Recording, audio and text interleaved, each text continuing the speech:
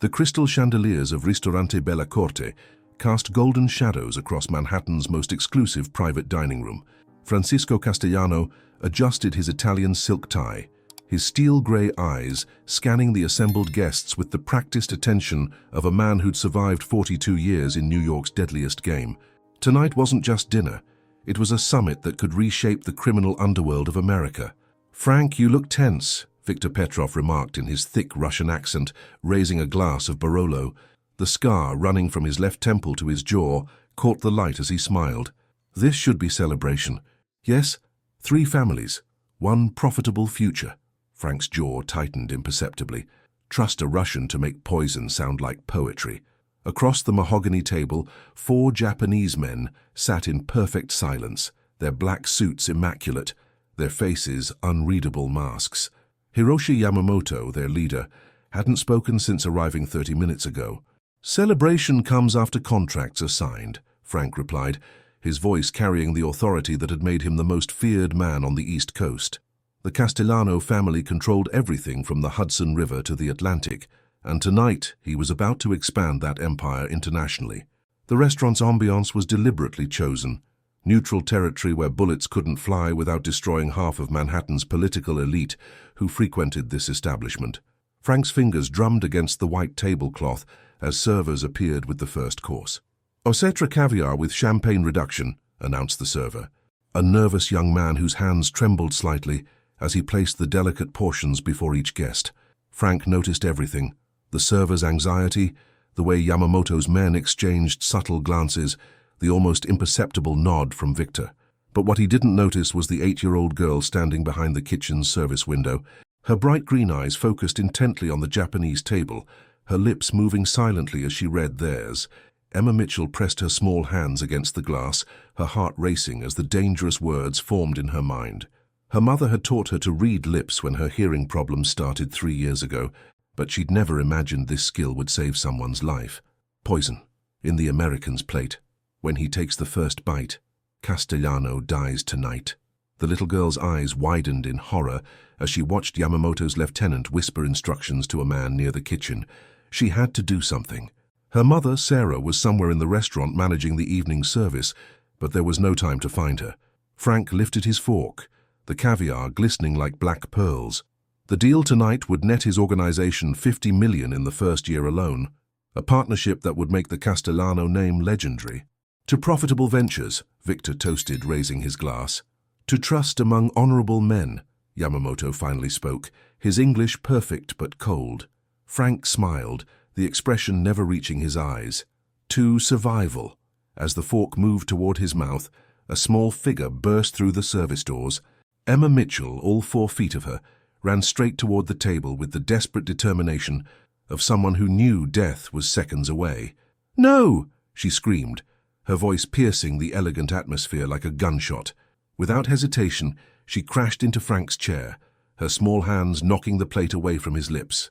The caviar scattered across the pristine white tablecloth like deadly confetti. The room erupted. Victor's hand moved toward his jacket. Yamamoto's men shifted in their seats.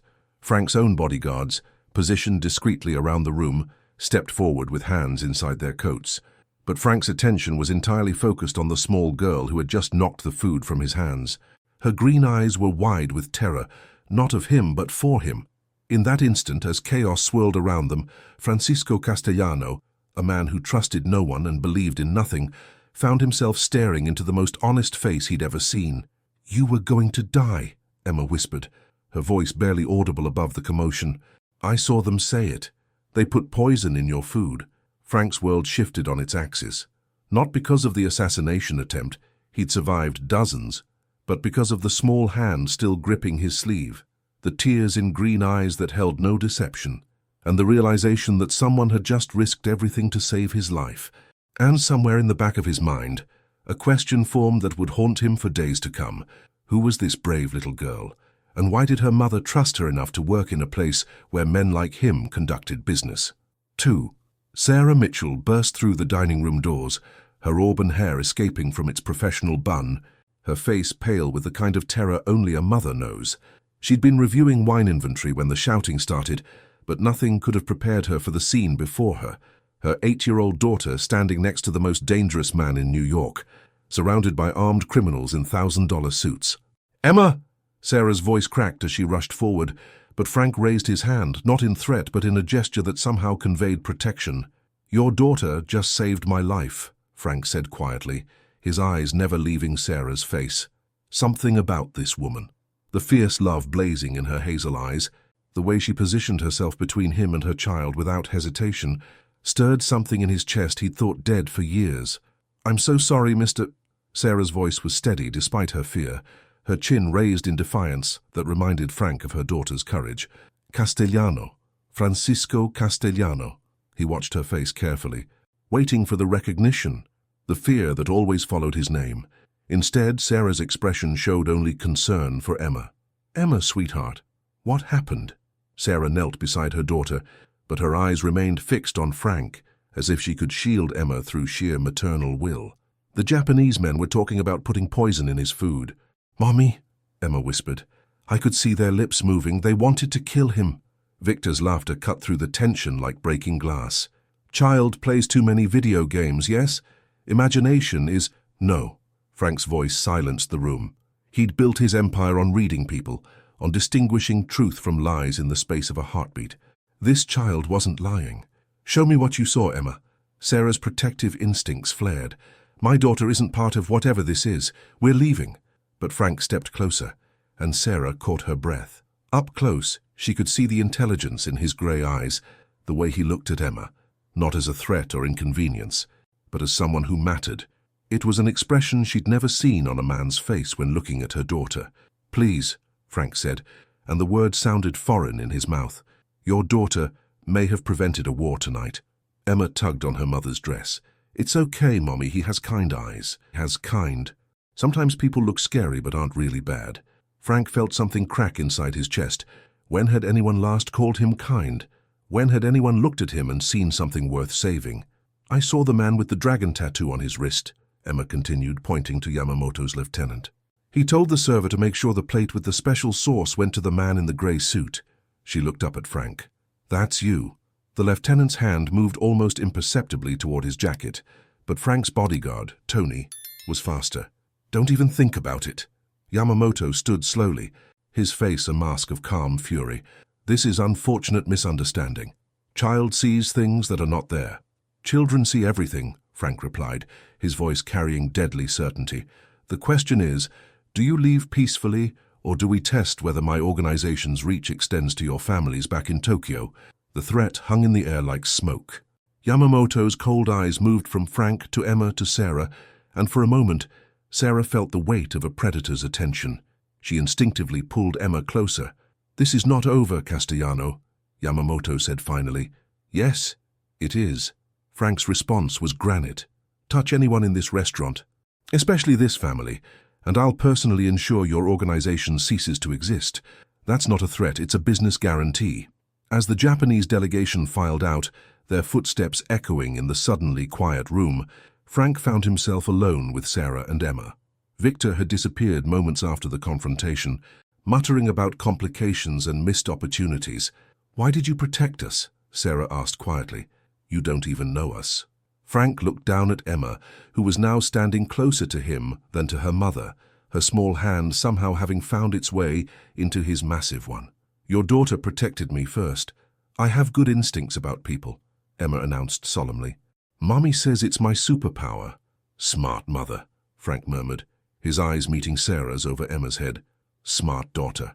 Sarah felt something dangerous stirring in her chest, a warmth that had nothing to do with gratitude and everything to do with the way this powerful, dangerous man spoke to her daughter with genuine respect. "We should go," she whispered, but she made no move to leave. Frank nodded, but his hand tightened almost imperceptibly around Emma's. "Probably, but I have a feeling this is just the beginning." As they walked toward the exit, Emma looked back over her shoulder. "Mr. Frank, will we see you again?" Frank's smile transformed his entire face. "Count on it, little guardian angel. Count on it."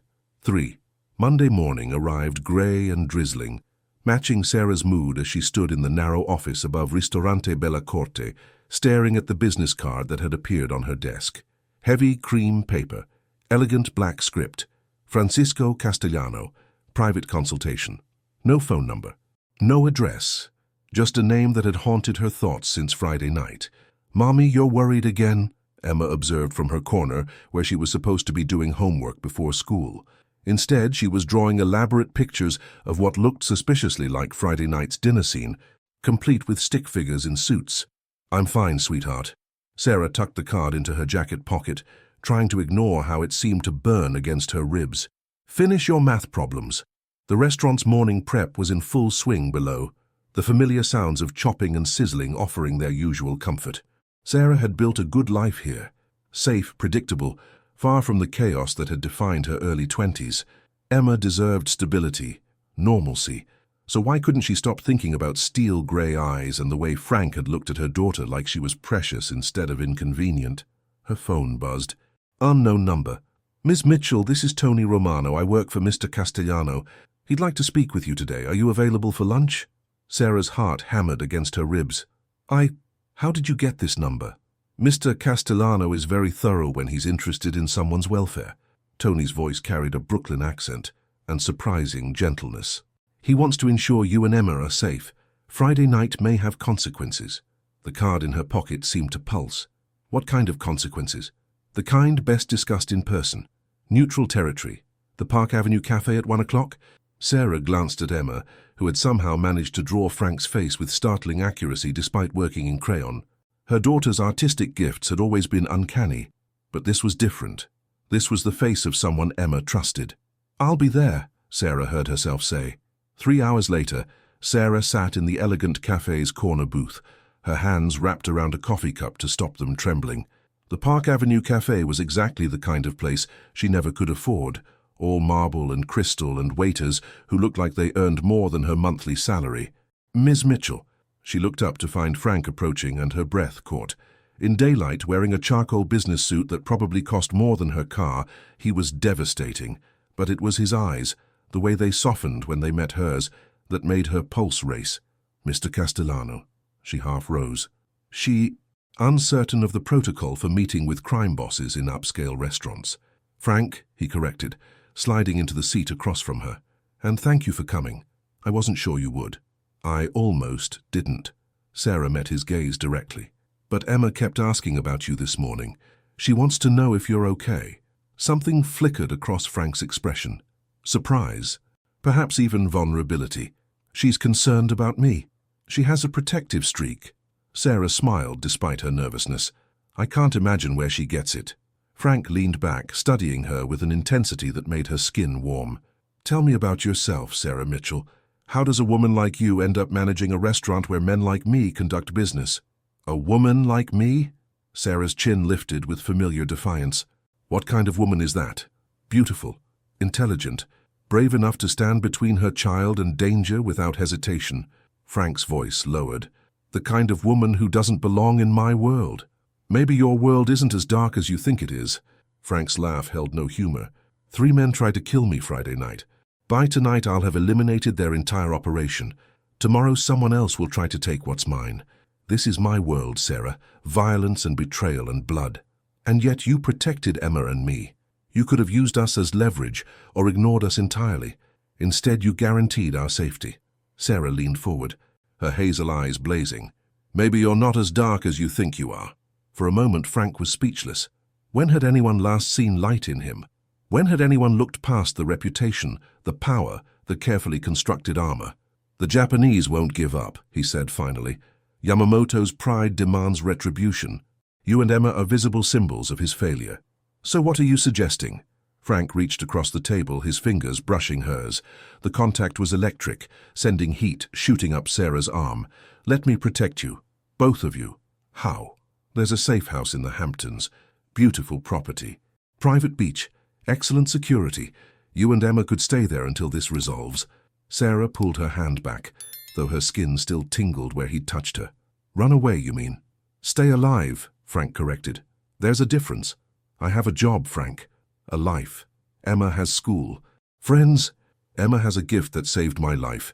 That makes her valuable to people like Yamamoto, but in ways you can't imagine." Frank's voice grew urgent. "Please, Sarah. I'm asking you to trust me." Sarah stared into his eyes, seeing something she hadn't expected. Fear. Not for himself, but for them. But for her. The realization hit her like a physical blow. Francisco Castellano was afraid for her safety, and that fear was real, raw, and completely unguarded. "Why?" she whispered. "Why do you care what happens to us?" Frank was quiet for so long she thought he wouldn't answer. When he finally spoke, his voice was barely audible.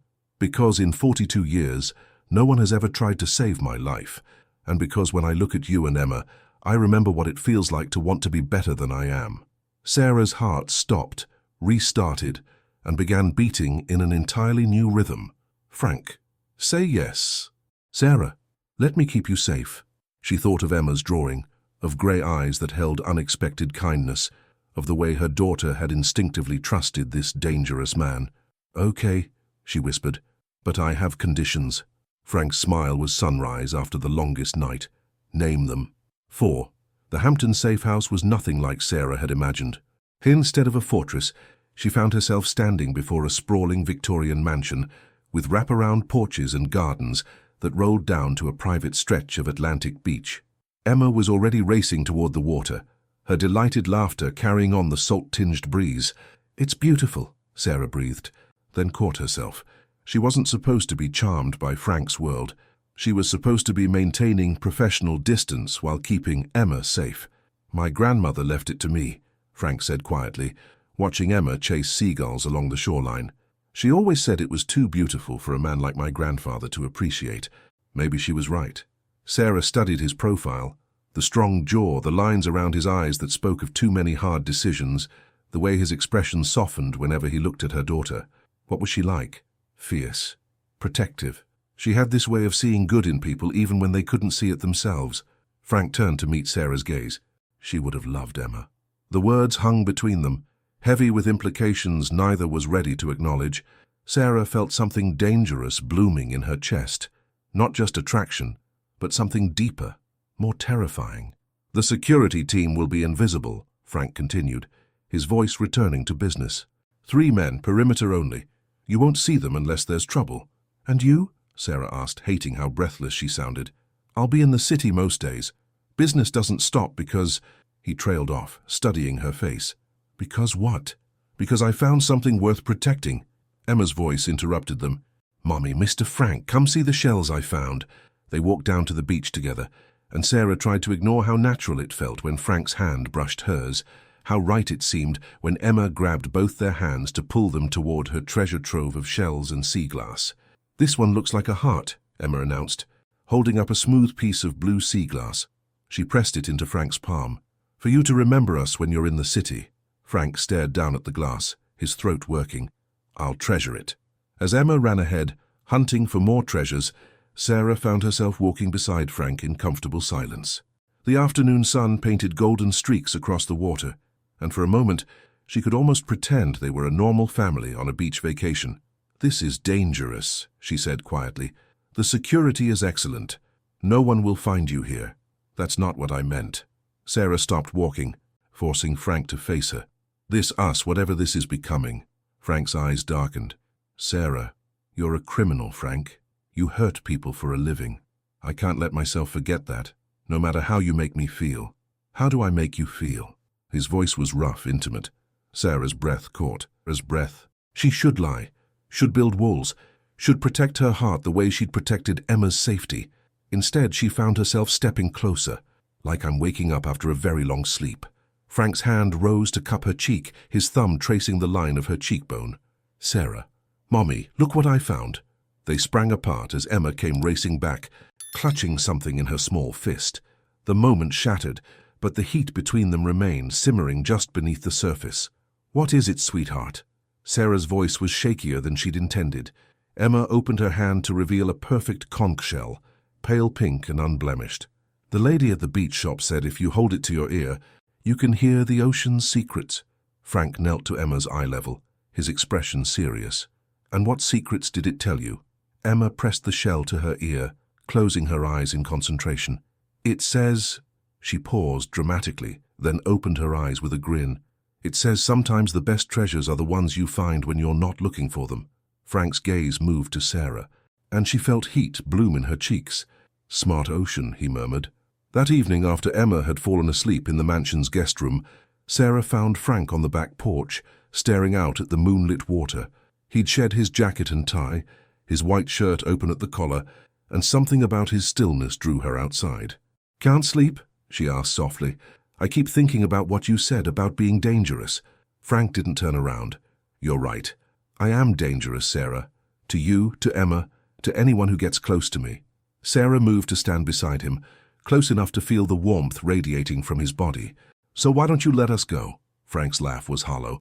"Because I'm selfish, because for the first time in my life I want something more than power or money or revenge." He finally looked at her, and Sarah's breath caught at the raw honesty in his eyes. "I want you, both of you, and that terrifies me more than any enemy I've ever faced." Before Sarah could respond, before she could think about consequences or propriety, or the 100 reasons this was impossible, she rose on her toes and kissed him.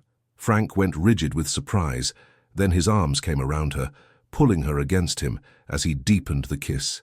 Sarah had been kissed before, but never like this, never with such desperate tenderness, as if she was precious and fragile and worth dying for. When they broke apart, both breathing hard, Frank rested his forehead against hers. "This changes everything," he whispered. "I know," Sarah replied, and realized she wasn't afraid anymore. "I know." But from the shadows at the tree line, unseen eyes watched the embrace, and plans began forming in the darkness. 5. 3 days in paradise had lulled Sarah into dangerous complacency. She woke each morning to Emma's laughter echoing from the beach, spent lazy afternoons reading while Frank worked on his laptop beside her, and fell asleep each night with the memory of stolen kisses burning on her lips. It was too good to last. Thursday evening, Frank's phone rang during dinner. Sarah watched his expression transform from relaxed contentment to lethal focus in the space of a heartbeat. "When?" he asked curtly. "How many?" A pause. "No, keep them back. I'm coming." "Frank?" Sarah's voice was carefully controlled, but Emma looked up from her spaghetti with worried eyes. "I have to go to the city tonight." Frank's jaw was granite. "There's been an incident." "What kind of incident?" Frank glanced at Emma, who was listening with the uncanny attention children develop when adults try to hide dangerous truths. "Tony will explain when you're alone, but I need you to stay inside tonight. No beach walks, no porch sitting, promise me." "You're scaring me." "Good. Scared keeps you alive." Frank stood, already reaching for his jacket. "I'll be back tomorrow." "Will you?" Sarah rose too, following him toward the door. "Or will I wake up to find out you're dead?" Frank stopped, his hand on the doorknob. The question hung between them like a blade. "Would it matter to you if I was?" Sarah's heart cracked open. "You know it would." Frank crossed back to her in 3 strides, cupping her face in his hands. "Then I'll be back," he promised, and kissed her with fierce possession. "I'll always come back to you." After Frank left, Tony appeared in the kitchen as if materialized from shadows. His kind face was grim as he accepted Sarah's offer of coffee and settled at the table while Emma went upstairs to brush her teeth. "Yamamoto struck 3 of our businesses tonight," Tony said without preamble. "Warehouse fire in Queens, attempted hit on one of our lieutenants in Brooklyn, and someone took a shot at Frank's nephew outside his apartment." Sarah's blood turned to ice. "Is he okay?" "The nephew?" Grazed shoulder. "He'll live." Tony's expression softened. "Frank's handling it, but this escalation, it's because of what happened at the restaurant. Yamamoto's making a statement. About Emma, it wasn't a question. About you both. In his mind, you made him lose face. In our world, that demands blood." Sarah sank into her chair, the weight of realization crushing her. "We can't hide here forever." "No," Tony agreed.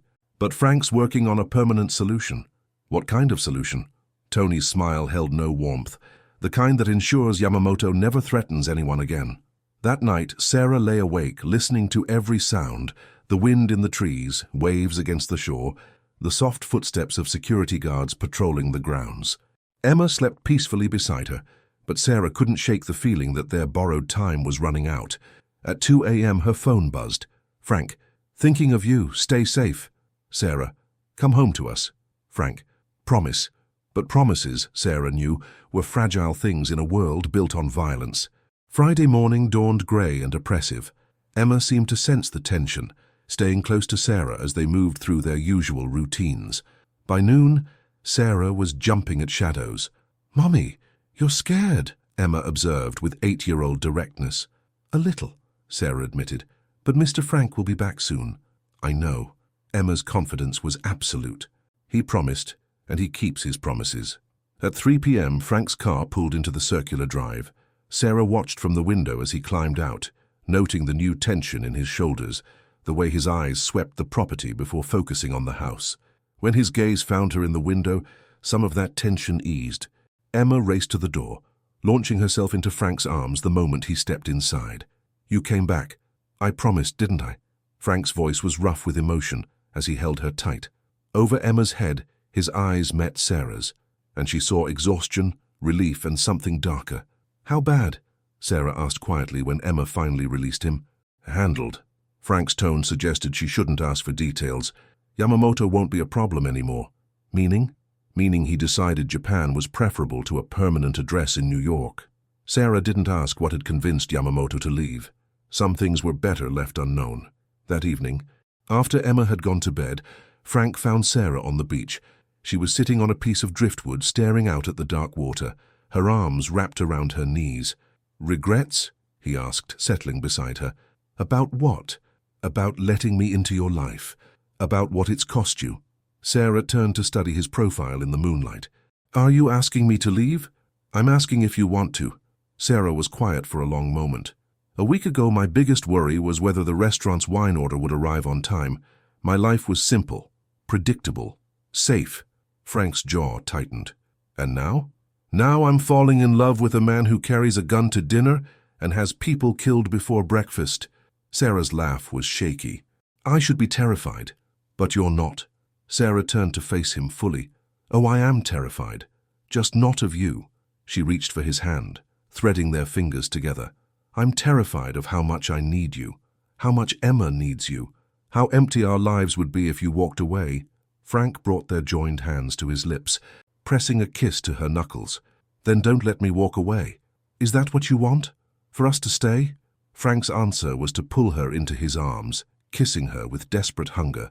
Sarah melted against him, her hands fisting in his shirt, her heart racing as his mouth moved to her throat. "I love you," he whispered against her skin. "God help me, I love you both." "Frank." Sarah pulled back to look into his eyes, seeing vulnerability that took her breath away. "I love you too." They kissed again, deeper this time, with the weight of confession between them. But as Frank's hands tangled in her hair and Sarah's world narrowed to his touch, neither of them noticed the figure watching from the tree line. Yamamoto might have fled to Japan, but he'd left behind associates with long memories and patient hearts, and sometimes the most dangerous enemies were the ones you thought you'd already defeated. 6. Saturday morning brought the kind of perfect autumn day that made Sarah believe in second chances. The beach house was flooded with golden light. Emma was building elaborate sand castles with Frank's surprisingly patient help, and for the first time in a week, Sarah felt like she could breathe. "Higher, Mr. Frank," Emma commanded, directing Frank's placement of a seashell tower with the authority of a tiny general. "The princess needs to see the ocean from her bedroom window." "Of course she does," Frank replied solemnly, adjusting the shell with mathematical precision. What kind of tower would it be without an ocean view? Sarah watched from the porch, her heart doing dangerous things in her chest. Frank had shed his usual armor of expensive suits and controlled expressions.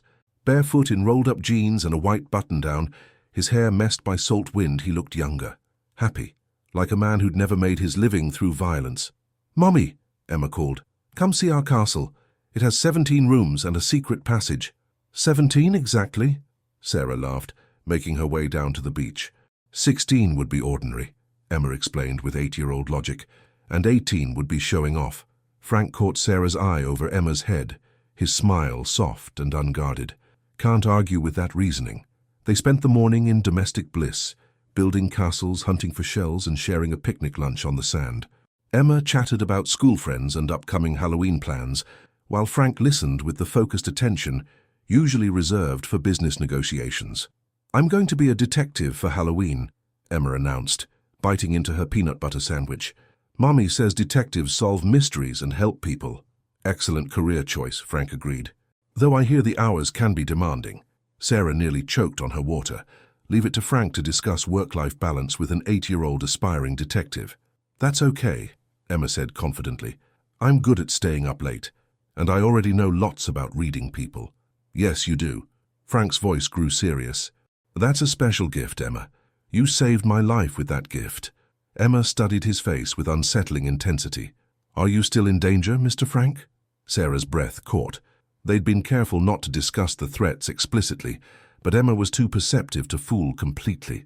Frank considered his words carefully. Sometimes people in my line of work have disagreements, but I'm very good at protecting the people I care about.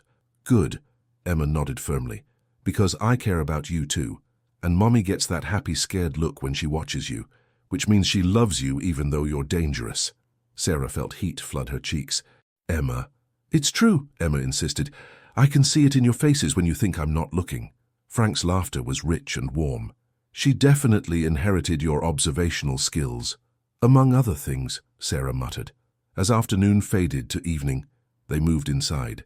Emma curled up on the living room sofa with a book while Frank helped Sarah prepare dinner. The domestic routine felt surreal, this notorious crime boss standing at her elbow, carefully chopping vegetables while asking about Emma's school schedule. She'll need to go back soon, Sarah said quietly. She's already missed a week. Frank's knife stilled against the cutting board. I know. Which means we need to talk about what happens next. What do you want to happen next? Sarah turned to face him, studying the man who'd turned her world upside down. I want the impossible. I want you to be a different person with a different life. I want to wake up tomorrow and discover you're an accountant or a teacher, or literally anything other than what you are. Frank's smile was sad. But that's not who I am. No, it's not. Sarah reached up to touch his face. So the question is, can I love you anyway? Can I build a life with someone whose business is violence? And can I? Frank leaned into her touch. Can I be the man you and Emma deserve while staying alive in my world? Before Sarah could answer, Emma's voice cut through the tension. Someone's coming. They turned to see her standing at the front window, her small face pressed against the glass. Black car. 3 men. They don't look like the nice security men. Frank was moving before Sarah fully processed the words, his gun appearing in his hand as if by magic. Sarah, take Emma upstairs. Now. Frank. Now! His voice carried absolute authority. Bathroom, lock the door, get in the tub. Sarah grabbed Emma's hand, but the little girl resisted. What about Mr. Frank? I'll be fine, princess. Go with your mom. As Sarah pulled Emma toward the stairs, she heard Frank speaking rapidly into his phone. Perimeter's been breached. 3 hostiles approaching the house. Where the hell is my backup?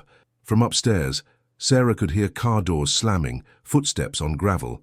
She locked the bathroom door and pulled Emma into the bathtub, both of them crouching below the ceramic edge. Mommy, I'm scared, Emma whispered. I know, baby, but Mr. Frank will keep us safe. Shouting erupted from downstairs, angry male voices speaking rapid Japanese. Then Frank's voice, cold and controlled. You gentlemen seem to be lost.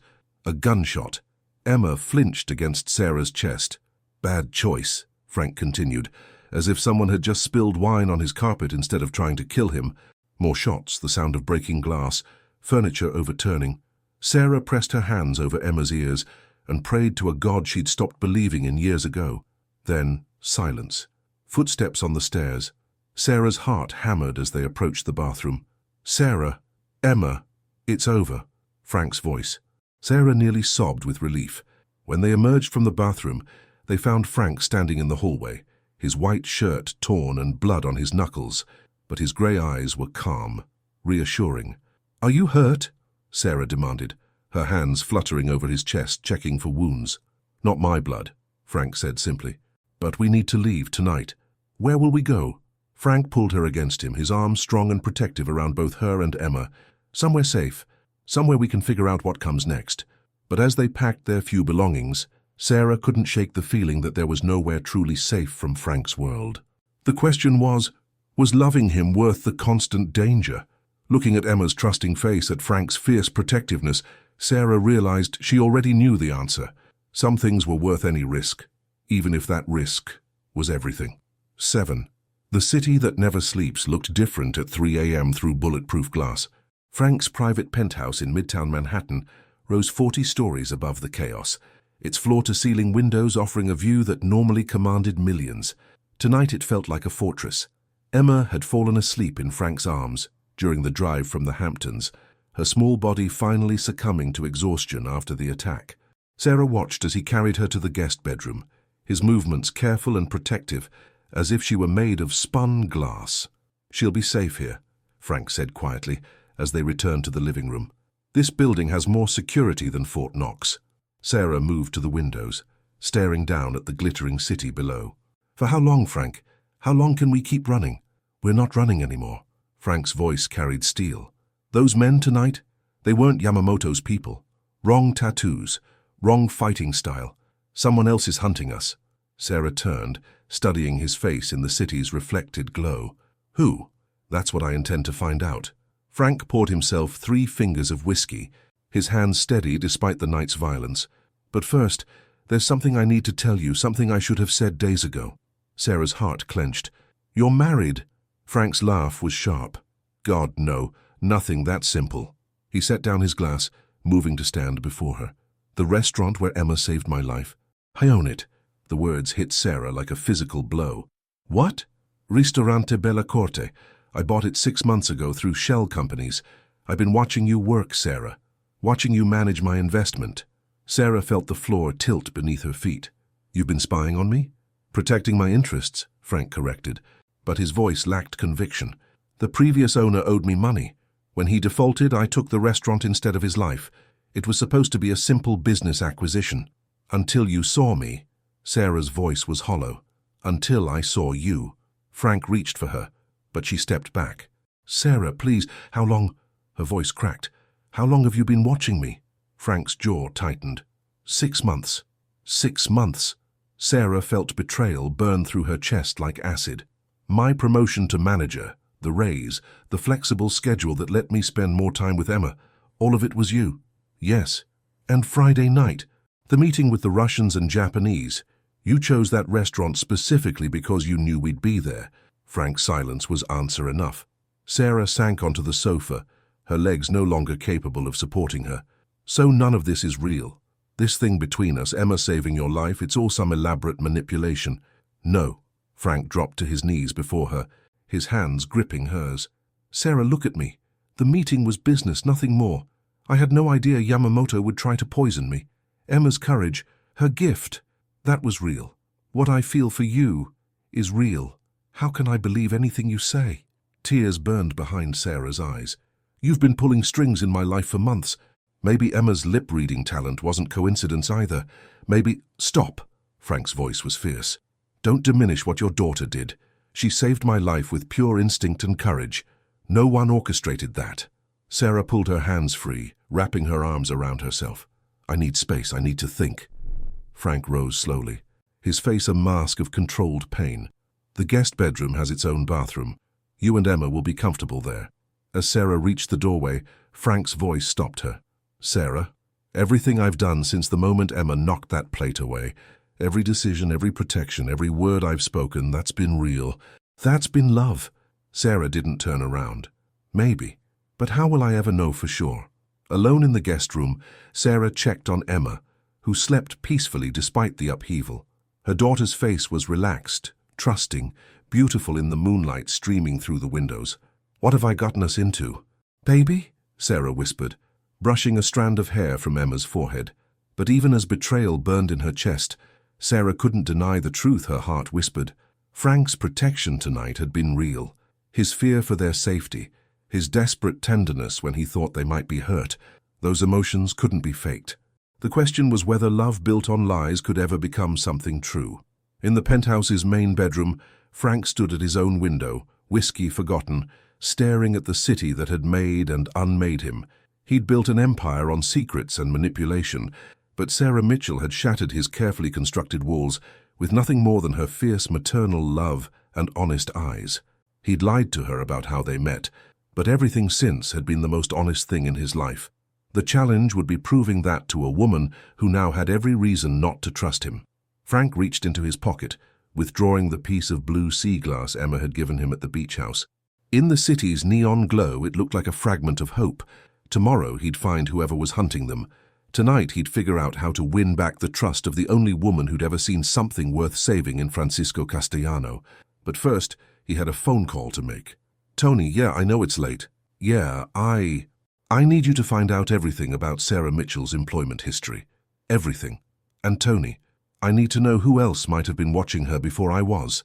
Because Frank was beginning to suspect that Sarah and Emma had been targets long before they'd ever met him.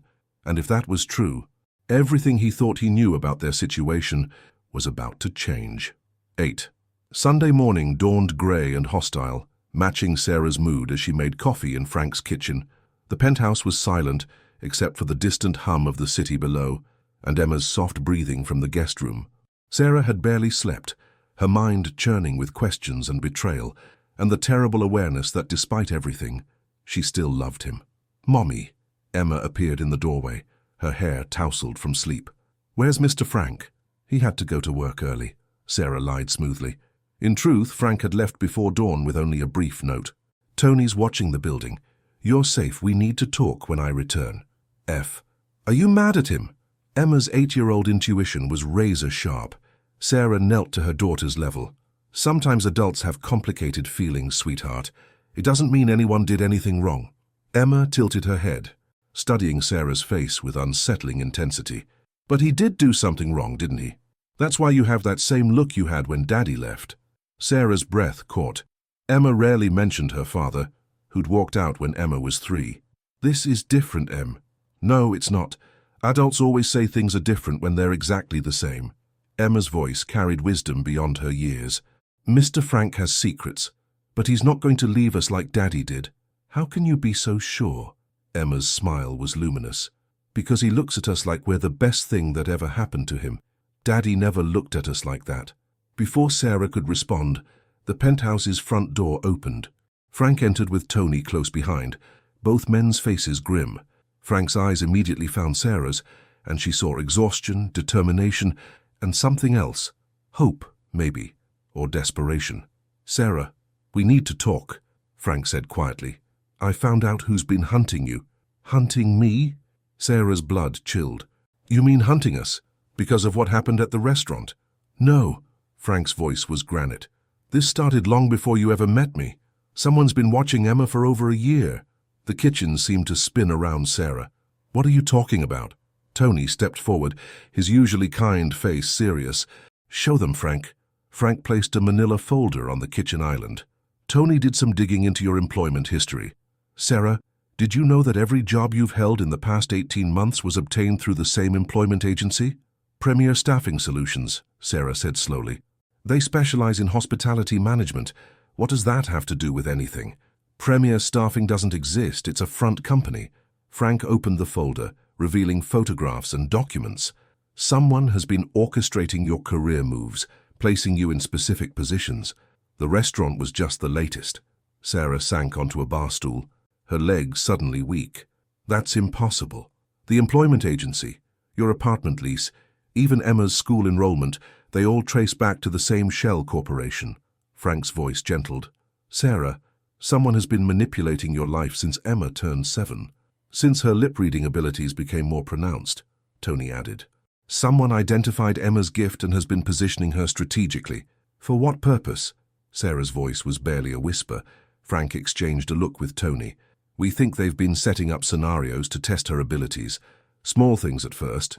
Having her witness conversations at the coffee shop where you worked, placing her where she could overhear important discussions at the hotel where you managed events. You're saying someone has been using my daughter as some kind of intelligence asset. We're saying someone has been evaluating her potential." Frank's jaw was tight with suppressed fury, and Friday night wasn't about killing me. It was about forcing Emma to use her abilities in a high-stakes situation. Sarah felt bile rise in her throat. "You think they wanted her to save you? That the whole thing was orchestrated?" "The poison was real," Frank said quickly. "My sources confirmed that. But the timing, the setup, Emma being positioned where she could see their lips moving, too many coincidences." Emma's voice cut through the tension. "They wanted to see if I was brave enough." All 3 adults turned to find Emma standing in the doorway, her young face pale but determined. "Em, how long have you been listening?" Sarah asked. "Long enough." Emma walked to Frank, slipping her small hand into his large one. Someone's been watching me, haven't they? That's why we kept moving apartments. That's why you always check behind us when we walk places. Sarah's heart shattered. Sweetheart, I thought I was being paranoid. You were protecting me, like always. Emma's voice was steady, older than her years. But now Mr. Frank can protect us both. Frank knelt to Emma's eye level, his expression serious. Emma, I need you to think carefully. Have you ever noticed people watching you specifically? Not just strangers on the street, but people who seemed interested in what you were doing. Emma considered this with 8-year-old gravity. The man with the camera at the park last month. He said he was taking pictures of birds, but he kept taking pictures of me reading lips when the teenagers were talking. Sarah's blood turned to ice. Why didn't you tell me? I did. You said he was probably just a tourist. Emma shrugged.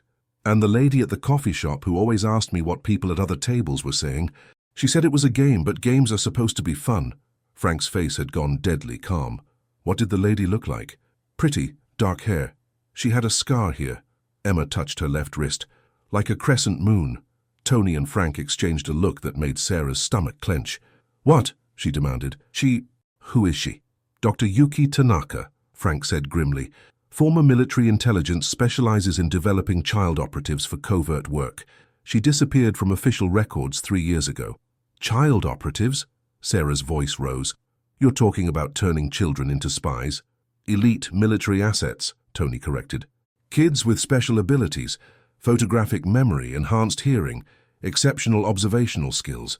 There's a whole underground market for their services. Sarah felt the world tilt beneath her feet. And they want Emma because she can read lips. Not just read lips, Frank said quietly. Emma can process complex conversations, remember details perfectly, and most importantly, she's brave enough to act on what she sees. That combination makes her incredibly valuable to certain organizations. Emma squeezed Frank's hand. But I don't want to be valuable to bad people. I want to stay with Mommy and you.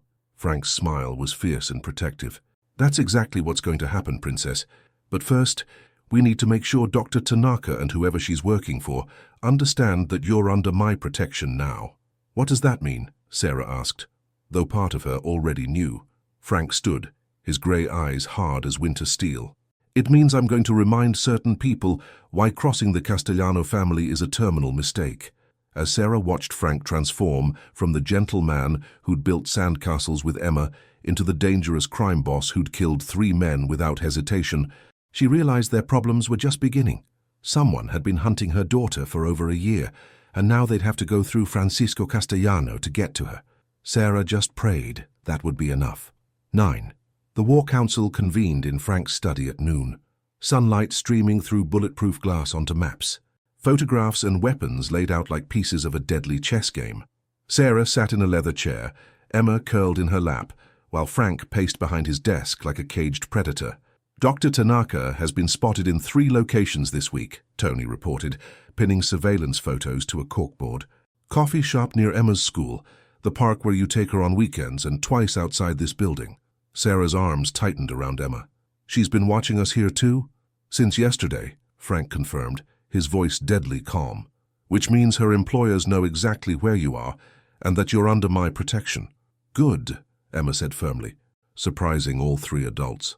Let them know Mr. Frank won't let them take me. Frank stopped pacing, his expression softening as he looked at Emma. That's right, Princess. But I need you to be extra careful for a while. No going anywhere without your mom or me. What about school? Emma asked practically. We're working on that, Frank replied, but Sarah caught the look he exchanged with Tony. Whatever they were working on involved more than simple security arrangements. Frank, Sarah said quietly, can I speak with you alone?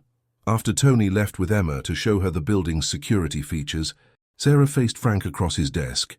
You're planning something dangerous, sir. I'm planning to end this. Frank's tone brooked no argument. Sarah, these people have been stalking your daughter for over a year. They've manipulated your entire life, put you both in danger, and now they're closing in. This ends now. And what happens to Emma if you get yourself killed? What happens to me? Frank moved around the desk, pulling Sarah to her feet and into his arms. I'm not going to die. You can't promise that. Yes, I can. Frank's hands framed her face, his thumbs brushing away tears she didn't realize she'd shed. Because I have something to live for now. 2 someones. Sarah leaned into his touch despite herself. "Frank, about what you told me last night. About owning the restaurant, watching me. I know you can't trust me yet. I know I have to earn that back." "It's not about trust." Sarah's voice was barely a whisper. "It's about the fact that even knowing you lied to me, even knowing you manipulated my life, I still love you. And that terrifies me more than any threat from Dr. Tanaka." Frank's kiss was desperate, hungry, full of promises neither could be sure he'd live to keep. When they broke apart, both breathing hard, Frank rested his forehead against hers. "Marry me," he said quietly. Sarah jerked back. "What?" "Marry me. Tonight. Tomorrow. Whenever you say yes. Make it legal. Make it permanent. Give Emma my name, my protection, my entire fortune if something happens to me. Frank, you're in shock. We've known each other a week. I've been watching you for 6 months. I've seen how you handle pressure, how you protect Emma, how you choose kindness even when the world gives you reasons to be hard." Frank's voice was urgent. "And you've seen me at my worst, and somehow still love me anyway. That's not a week's worth of knowledge, Sarah. That's a lifetime's." Sarah stared into his grey eyes, seeing desperation and hope, and something that looked like forever. "This is insane. Completely. You're a criminal." "Yes. I'm a single mother with trust issues and a daughter with supernatural lip-reading abilities. My favorite kind of woman." Despite everything, Sarah found herself smiling. "This won't work. We're too different. Our worlds are too different. Our worlds collided the moment Emma saved my life. Everything since then has been us figuring out how to make them fit together." Before Sarah could respond, Emma's voice called from the hallway. "Mommy, Mr. Frank, come quick. Something's happening outside." They rushed to the living room where Emma stood at the windows, Tony beside her with binoculars. 40 stories below, black SUVs had surrounded the building's entrance. "How many?" Frank demanded. 8 vehicles, at least 30 people, Tony reported. "Professional deployment. Military precision." Frank was already moving, pulling weapons from hidden compartments around the room. "Sarah, take Emma to the safe room now." "Where's the safe room?" Sarah asked, even as she grabbed Emma's hand. "Behind the bookshelf in my bedroom. Press the 3rd Shakespeare volume and the wall will open." "What about you?" Frank checked his weapon. His face transformed into something cold and lethal. "I'm going to have a conversation with Dr. Tanaka's employers." "Frank, go, now." As Sarah pulled Emma toward the bedroom, she heard Frank speaking rapidly into his phone. "All units, we're under siege. Authorization code Omega-7. Full response." The safe room was luxurious by bunker standards. Comfortable seating, communication equipment, enough supplies for a week. But as Sarah sealed them inside, listening to the muffled sounds of gunfire beginning 40 floors below, luxury was the furthest thing from her mind. "Mommy, will Mr. Frank be okay?" Emma asked, cuddling close on the room's small sofa. "I don't know." "Sweetheart, he will be," Emma said with absolute confidence, "because he promised, and because he has us to come home to now." Sarah held her daughter tighter, praying that an 8-year-old's faith would prove stronger than the forces arrayed against them. Through the safe room's small monitor, she could see smoke rising from the street below. The war for Emma's freedom had begun, and somewhere in the building's depths, Francisco Castellano was fighting for the right to keep the family he'd never expected to find. 10. The gunfire had stopped 20 minutes ago, but Sarah couldn't bring herself to leave the safe room. Emma dozed fitfully in her arms, while Sarah stared at the security monitors, trying to make sense of the images from the building's lobby. Bodies in tactical gear, shattered glass and smoke, but no sign of Frank or Tony. Then the safe room's communication system crackled to life. "Sarah, Emma, it's Tony." "Emma, you can come out now." Sarah hesitated. Voice recognition could be faked, and she'd learned not to trust anything in Frank's world. "What's the name of Emma's stuffed elephant?" she called back. A pause, then Tony's familiar chuckle. "Peanut, and he's missing his left ear because Emma's teething phase was particularly destructive." Sarah opened the safe room, emerging into Frank's bedroom with Emma clinging to her hand. The apartment was eerily quiet, undisturbed except for the lingering smell of gunpowder from the ventilation system. They found Tony in the living room, a bandage on his left arm, but otherwise unharmed. His expression was grim as he watched the street below. "Where's Frank?" Sarah demanded. "Safe, but we have a problem." Tony turned from the window, his face grave. "The people who attacked us weren't working for Dr. Tanaka." "What do you mean?" I mean, Dr. Tanaka is downstairs in Frank's office, asking for protection. Sarah felt the floor shift beneath her feet. Protection from whom? Her former employer. Turns out she's been trying to get Emma away from them, not deliver her to them. Emma tugged on Sarah's hand. I want to see her. The lady with the moon scar. Absolutely not, Sarah said immediately. But I need to talk to her. She's been trying to help us. Tony nodded reluctantly. Frank thinks Emma should hear what Dr. Tanaka has to say. But it's your call, Sarah. 10 minutes later, Sarah found herself in Frank's office, Emma's small hand in hers, facing the woman who'd been haunting their lives for over a year. Dr. Yuki Tanaka was smaller than Sarah had expected, delicate-featured with intelligent dark eyes and the crescent-shaped scar Emma had described on her left wrist. Frank stood behind his desk, his earlier violence replaced by cold professionalism. Dr. Tanaka, tell them what you told me. Tanaka's voice was soft but clear. I've been protecting Emma, not hunting her. The Shadow Consortium identified her abilities when she was 6 years old. They planned to abduct her on her 7th birthday. Sarah's blood ran cold. The Shadow Consortium? Private military contractors who specialize in developing child operatives, Frank explained. Government contracts, corporate espionage, assassination missions. They've been tracking children with special abilities for decades. I was hired to evaluate Emma and facilitate her acquisition, Tanaka continued. But after observing her for months, watching her relationship with you, Sarah, I couldn't go through with it. So you've been moving us around, keeping her away from them, Sarah said slowly. Yes, every job placement, every apartment change, I've been staying one step ahead of their extraction teams. Tanaka's eyes filled with tears. But they're closing in. Today's attack was their final attempt to take her by force. Emma stepped forward, studying Tanaka's face with her unsettling intensity. You have a daughter. Tanaka's composure cracked. Had. She was taken by the consortium when she was 8. That was 5 years ago. I've been searching for her ever since. What was her ability? Frank asked quietly. Perfect memory. Photographic recall of everything she saw or heard. Tanaka's voice broke. They use her to memorize classified documents, witness confidential meetings. She's 12 now if she's still alive. Emma pulled away from Sarah, walking around the desk to stand before Tanaka. What's her name? May. Her name is May. Emma nodded solemnly, then turned to Frank. We have to help her find her daughter. Emma, Sarah began. No, Mommy. Dr. Tanaka has been protecting me from bad people, and they took her little girl. We have to help. Frank studied Emma's determined face, then looked at Tanaka. Where are they holding the children they've taken? A compound in Montana. Isolated, heavily guarded. I've been trying to find a way inside for years. And now? Frank's voice was dangerously quiet. Now I have something they want badly enough to trade for. Tanaka looked at Emma. They'll exchange May and the other children for Emma's voluntary cooperation. Over my dead body, Sarah snarled. That's exactly what they're counting on, Tanaka replied sadly. They know you'll never willingly give up Emma, so they'll take you both.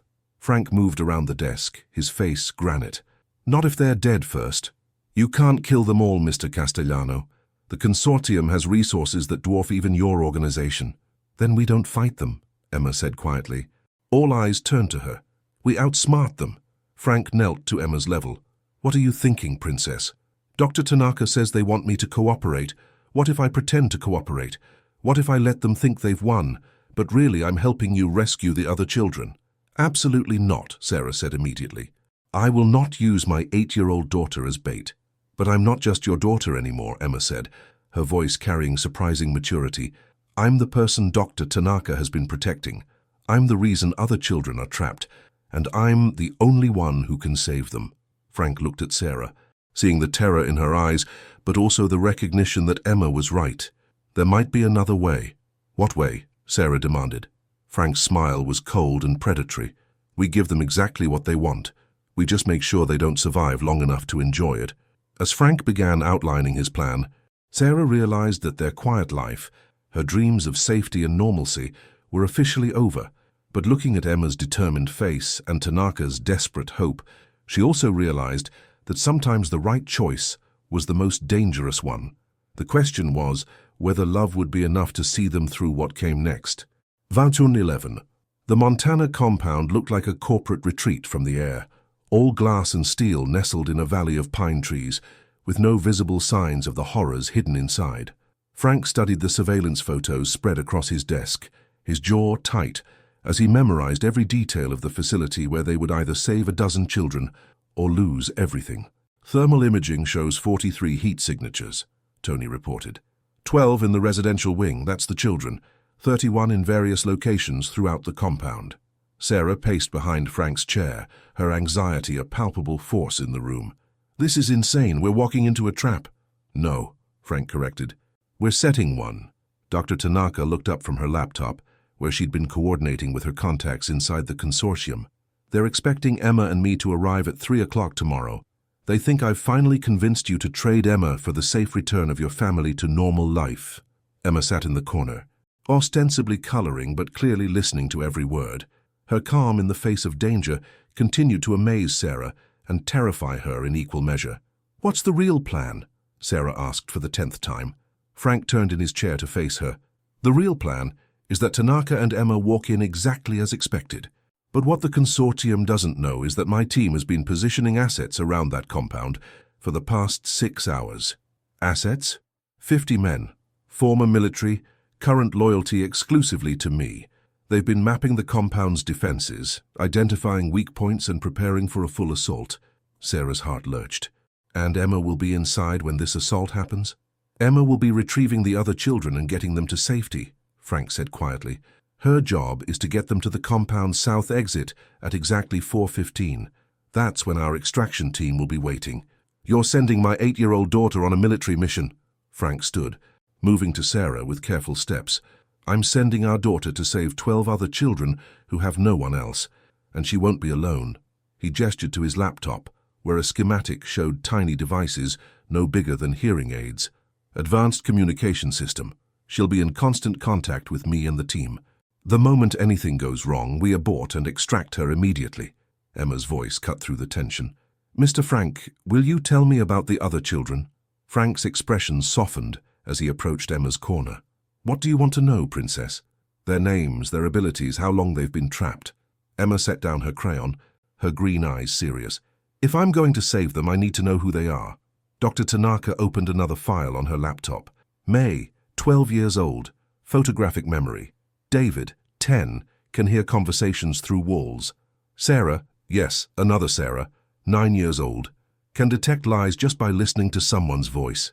Frank continued the list, his voice gentle but matter-of-fact. Marcus, 11, can track people by scent like a bloodhound. Twin sisters, Lily and Rose, both 8, who can communicate telepathically with each other. James, 7, who can pick any lock just by touching it. And they're all there because someone decided their gifts made them valuable tools instead of precious children, Sarah said, her anger cutting through her fear. Yes, Tanaka said simply, just like they decided about Emma. Emma stood, walking to Sarah with determination that reminded Frank why he'd fallen in love with both mother and daughter. Mommy, we can't leave them there. You know we can't. Sarah knelt to Emma's level, cupping her daughter's face in her hands. Baby, if we do this and something goes wrong, then we'll face it together, Emma said firmly. All of us, you, me, Mr. Frank, and 12 other kids who need us to be brave. Sarah looked over Emma's head at Frank, seeing the love and terror warring in his grey eyes. Promise me, she whispered. Promise me you'll bring her home. I promise, Frank said, and Sarah heard the weight of his entire soul behind those words.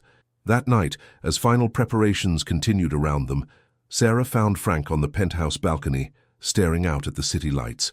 She slipped her arms around his waist from behind, pressing her face against his back. Are you ready for this? She asked quietly. No. Frank's honesty was stark. I've planned dozens of operations, Sarah. I've orchestrated wars and emerged victorious every time. But I've never had so much to lose.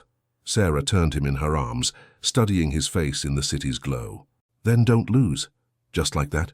Just like that. Sarah rose on her toes, kissing him with fierce possession. Come back to me, Francisco Castellano. Come back to us. Always, Frank whispered against her lips. I'll always come back to you.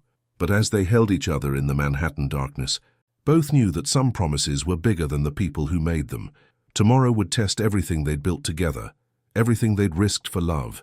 Tomorrow they would discover if a crime boss, a restaurant manager, and a brave 8-year-old girl could take on an organization that had been stealing children for decades.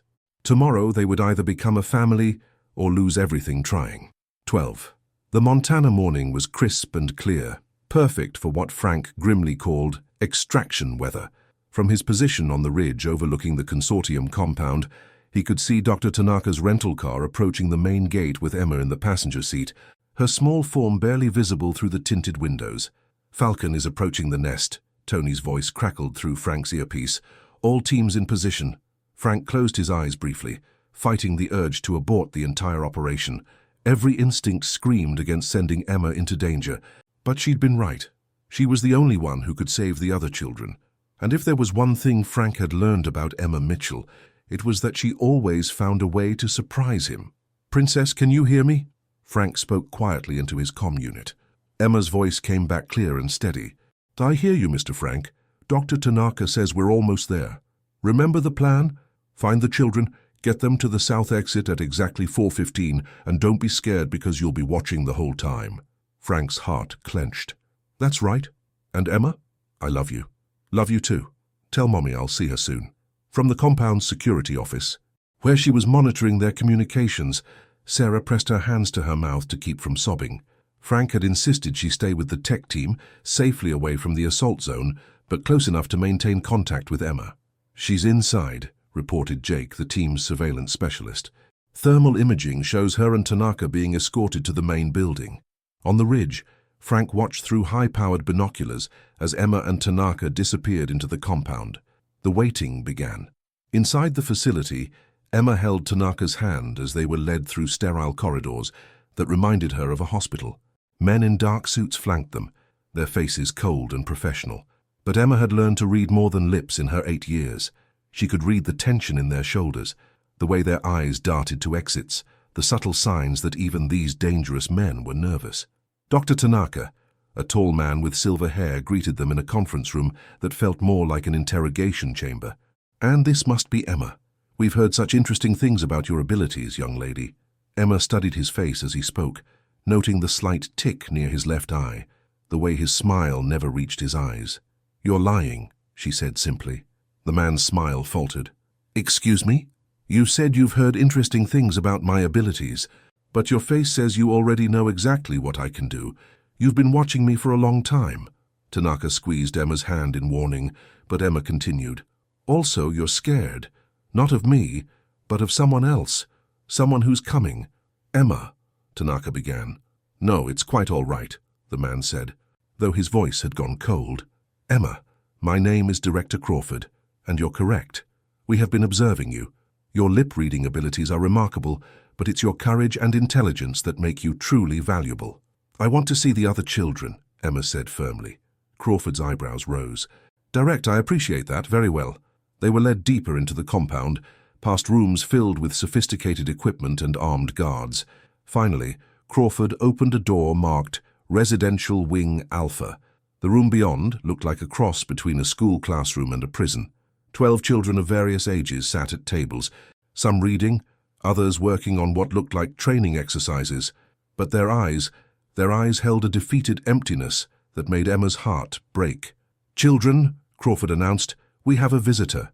12 pairs of eyes turned toward Emma, and she saw recognition flicker in several faces. These children had heard about her, hoped for her, maybe even dreamed of her coming. "Hello," Emma said quietly. "My name is Emma. I'm here to take you home." Crawford laughed. "I'm afraid that's not quite accurate, Emma. You're here to join them."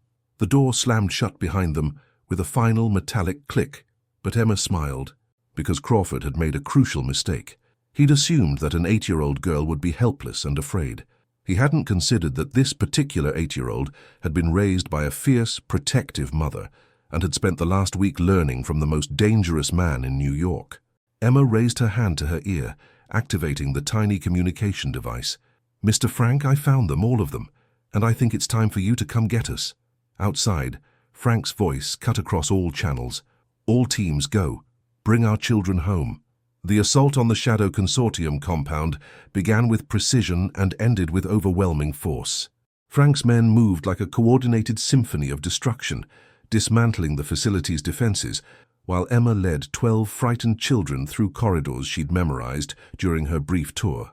"This way," she whispered, holding the hand of May, Dr. Tanaka's daughter, while a 10-year-old boy named David carried one of the younger children.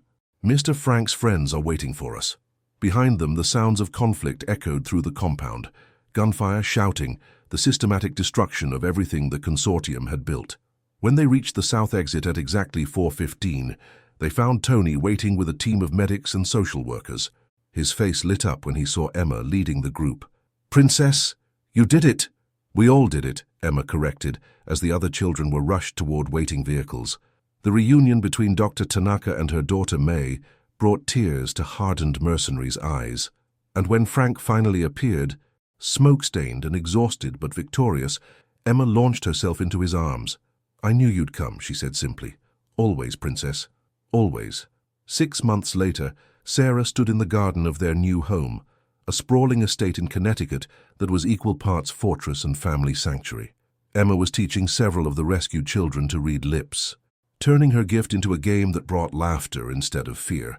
Frank appeared beside her, slipping his arms around her waist.